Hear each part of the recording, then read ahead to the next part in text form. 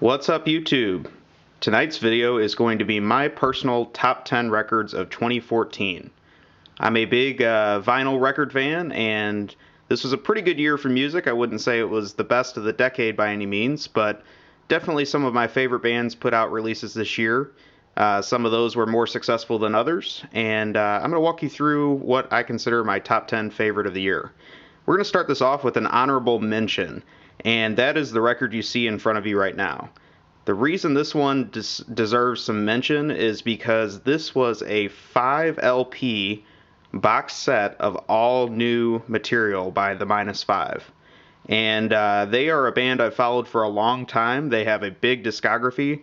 They've been kind of quiet the last few years, and I guess this is why they decided to put all their stuff they had in waiting into one special release.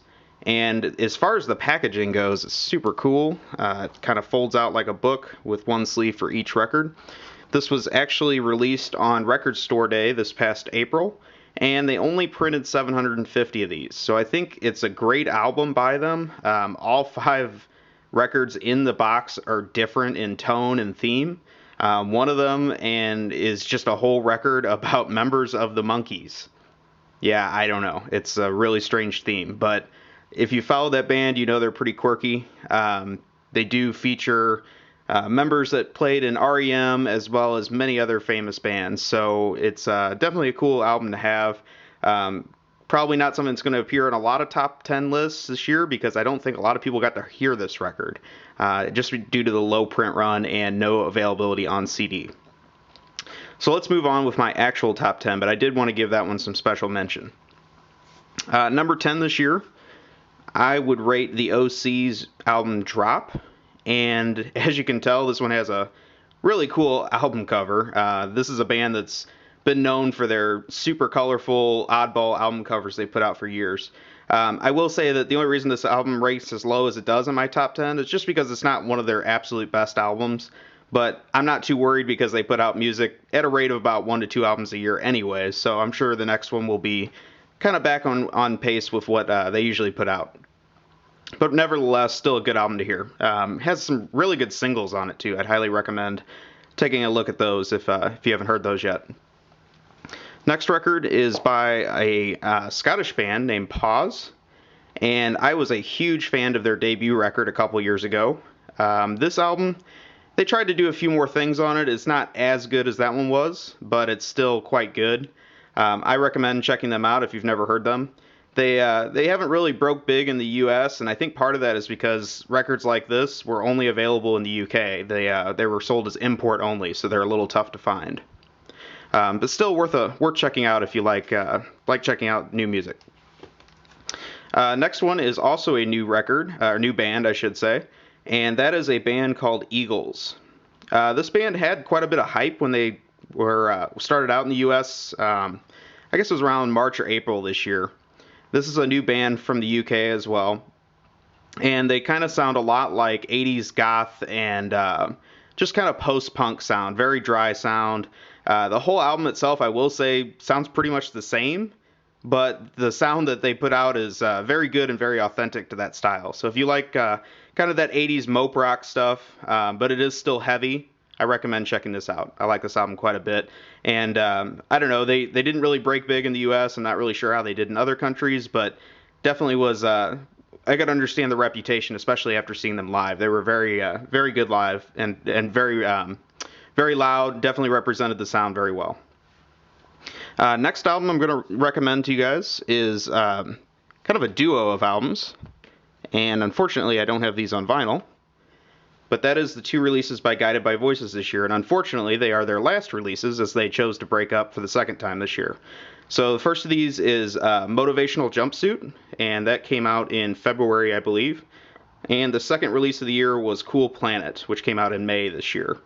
Motivational Jumpsuit is probably the better album overall, but Cool Planet probably has the better, the highs on it are a little higher than Motivational Jumpsuit. It's got some really great songs, including The Closer, which is one of the coolest things they ever did.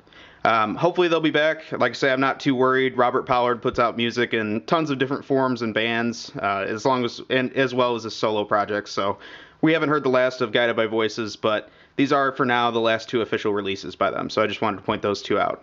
So we'll go ahead and give that number 7 combo for both of those. I consider them about a tie, all things considered.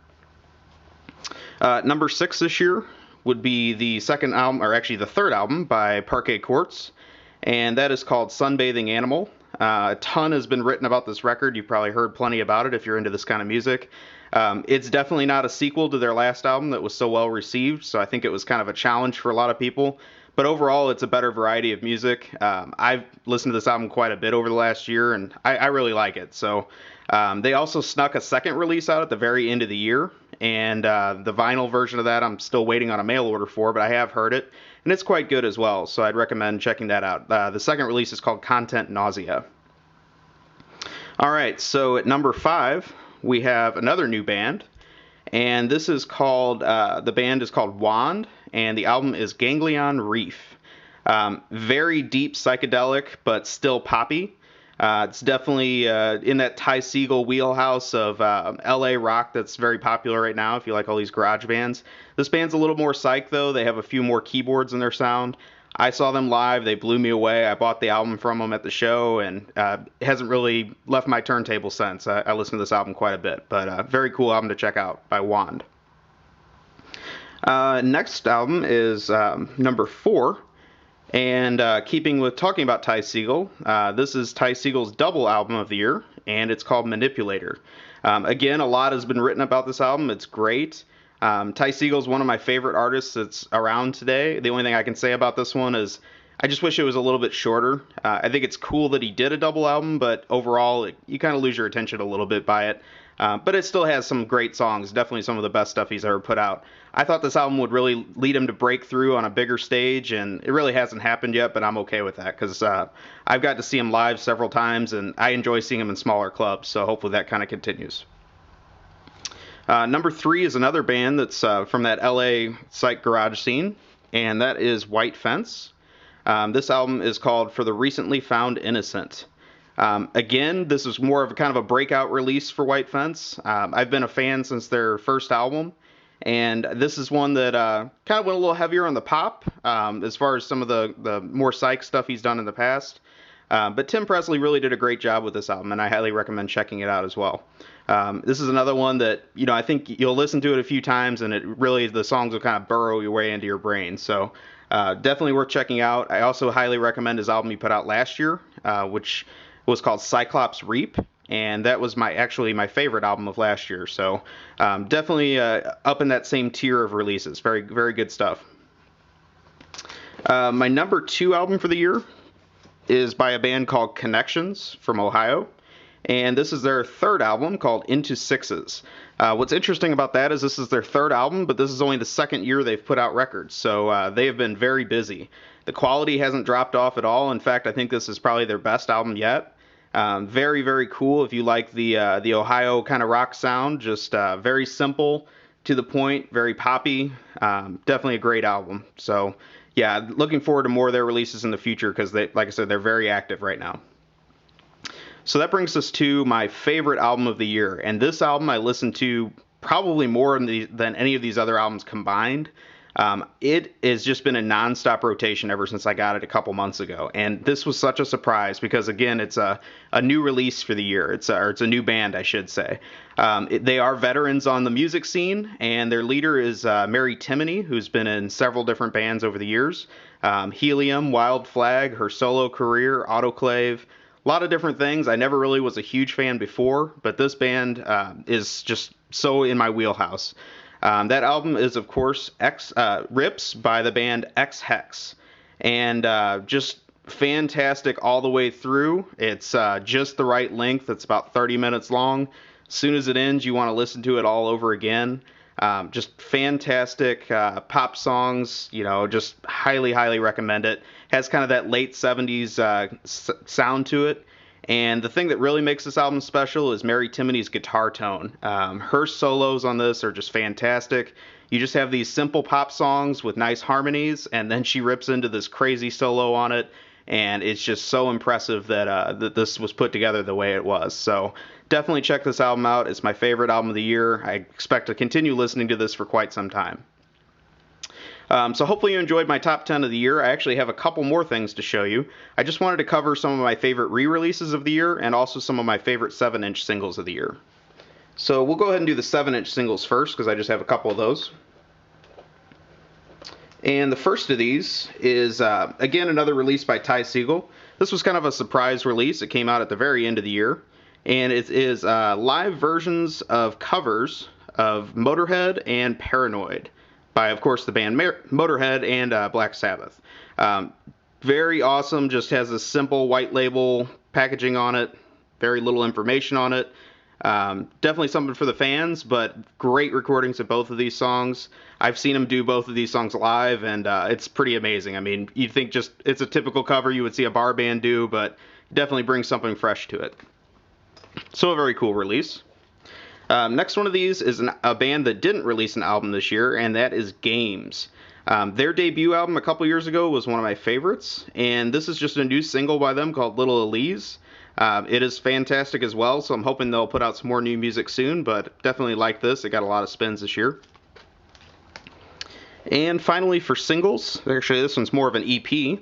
I just received this. I was talking about the band Connections, and they released another EP this year as well.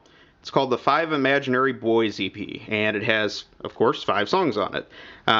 Definitely another great release by them. I've only listened to this a few times, but definitely, very much their style, and I like this just about as much as the album itself. Next, I'm going to show you a couple of my favorite reissues for the year. The first one of these you may have seen my other video on, and that is Guided by Voices' live release that was sold with their Beer 1000.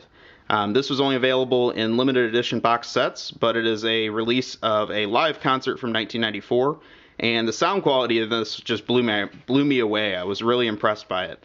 I had pretty low expectations because I've heard some of their other live releases in the past, and usually they don't capture the sound that you get at one of their shows, but this is very, very good quality. So definitely a cool release, other than just the general novelty of getting it. But check out my other video on that release if you want to learn a little more about it. The next one of my favorite re-releases of the year is Ty Segall's Singles No. 2. And as it says, it's just another singles compilation, but at the rate he releases music, this is nice to have everything he put out over the last 4 years in one simple package. It has this nice cash-in packaging on it, kind of poking fun at what it is, but still, when you consider the price of all his singles, this is a nice way to get everything in one nice package together. Very cool to see his growth in the last few years as well over the years, because all the songs are arranged chronologically. The next cool re-release of the year is the debut album of Game Theory, which is called Distortion. This is an album from 1982. It's a album from the Paisley Underground scene of LA psychedelic rock, and very cool re-release. I do believe that label is going to re-release a lot of his other albums from the 80s over the next coming years. Next cool re-release is the first ever vinyl release of Grant Hart's album Good News for Modern Man, and this was his second solo album from 1999. It's one of my favorites I've owned for a long time, and just cool to see that on vinyl. The other thing that makes this release cool is it has all new cover artwork that looks nothing like the ugly CD cover artwork, so pretty neat. Next favorite reissue for the year, and again this is a first time on vinyl, is the first album by Built to Spill. And this is called Ultimate Alternative Waivers. Has this cheesy portrait cover on the front. It's pretty cool. This album was originally released in 1993 and is a little bit more, kind of long-winded, jammy than some of their later releases were that went a little more pop. I've liked this album a long time, so I think it's cool just to actually hear it on vinyl for the first time. Next favorite re-release is another first time on vinyl, and that is the second album by Superdrag, which is a cool power pop band from Tennessee.